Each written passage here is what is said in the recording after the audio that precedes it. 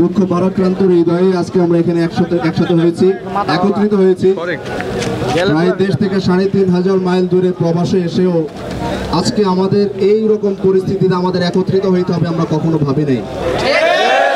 আমরা ৫২ দেখি নাই, আমরা ৬৯ দেখি নাই, ৭১ দেখি নাই, ২৪ দেখেছি, ২৪ দেখেছি। আমার ভাইয়ের রক্ত আজকে আমার ভাইয়ের রক্তে রাজপথ রঞ্জিত কেন বলতে চাই। আজকে আমার সাইদ ভাইকে নিহত করা হয়েছে, আমার দেশের শত শত ভাইকে রাতের আধারে গুলি করে হত্যা করা হয়েছে। আমাদের এই প্রবাসে আজকে আমরা প্রায় ৪ দিন যাবৎ বাংলাদেশে কোনো যোগাযোগ করতে পারতেছি না। আজকে প্রায় ৪ দিন কোনো যোগাযোগ করতে পারতেছি না কেন?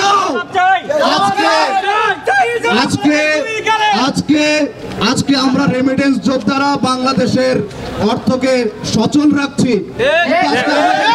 আমাদের কি দোষ? আমাদের অপরাধ কোথায়? পরিবার থেকে আমাদেরকে কেন বিচ্ছিন্ন করা হলো?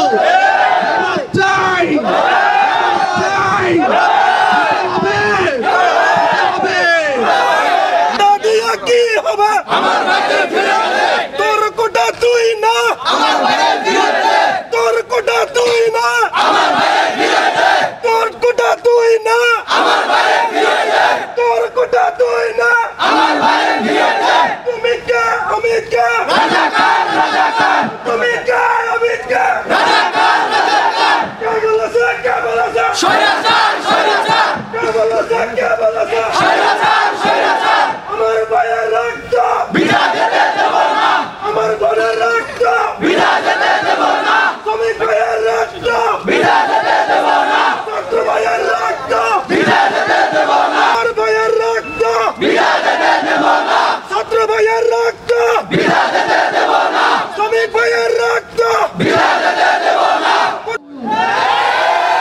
আপনাকে কে বলেছে ইন্টারনেট বন্ধ করতেন? আপনি যদি ইন্টারনেট বন্ধ করে দিতে পারেন বাংলাদেশের, তাহলে বাংলাদেশ থেকে কোটি কোটি টাকা দেশের বাইরে কিভাবে ট্রান্সফার হয় জবাব চাই আপনার কাছে। আমার দেশে কৃষক শ্রমিক যারা এই দেশকে স্বাধীন করেছে, ১ কোটি প্রবাসীদের বিনিময়ে আমাদের দেশকে সচ্ছল রেখে আজকে ৫ দিন যাবৎ আমার মা অসুস্থ, আমার বাবা অসুস্থ, আমার ভাই রাজপথে রক্তাক্ত হয়েছে, আমরা খবর পাই না। আপনার কাছে আমি জবাব চাই। ৩০ লক্ষ শহীদের রক্তের বিনিময়ে এই দেশ স্বাধীন করেছি, আজকে আমার ভাই রাজপথে মরল কেন? জবাব চাই।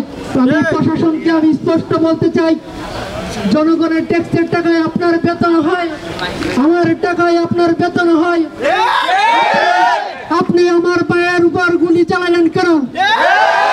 জি জি হাসিনা, আমার ভাই মরল কেন? রবিক ভাই মরল কেন? শহীদ ভাই মরল কেন? আসিফ ভাই মরল কেন? আমার ভাই আহত কেন?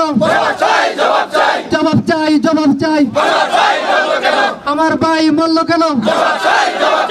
আমার ভাইয়ের রক্ত বিনা যেতে দেব না, আমার ভাইয়ের রক্ত বিনা যেতে দেব না। আমাদের বাইরে শুধু আজকে লাঞ্ছিত না, আমরা যখন বিদেশ থেকে বাড়িতে যাই আমাদের প্রত্যেকটা প্রবাসী ভাই এয়ারপোর্টে লাঞ্ছিত হতে হয়। আপনারা ভুলে গেছেন? আপনারা ভুলে গেছেন? ইয়া আল্লাহ আমাদের রিজিকে বরকত দিয়ে দেন, ইয়া আল্লাহ হালাল ভাবে কামাই করার তৌফিক দিয়ে দেন, ইয়া আল্লাহ দ্বীনের উপরে চলার তৌফিক দিয়ে দেন, ইয়া আল্লাহ ৫ ওয়াক্ত নামাজি বানিয়ে দেন আল্লাহ, ইয়া আল্লাহ দিনদার হিসেবে আমাদের প্রত্যেকটা ভাইকে কবুল করে নেন ইয়া রাব্বুল আলামিন। ইয়া আল্লাহ মৃত্যুর সময় আমাদের প্রত্যেকের জবানে জারি করে দিয়েন কালেমে তাইয়্যিবা লা ইলাহা ইল্লাল্লাহ মুহাম্মাদুর রাসূলুল্লাহ সাল্লাল্লাহু আলাইহি ওয়াসাল্লাম।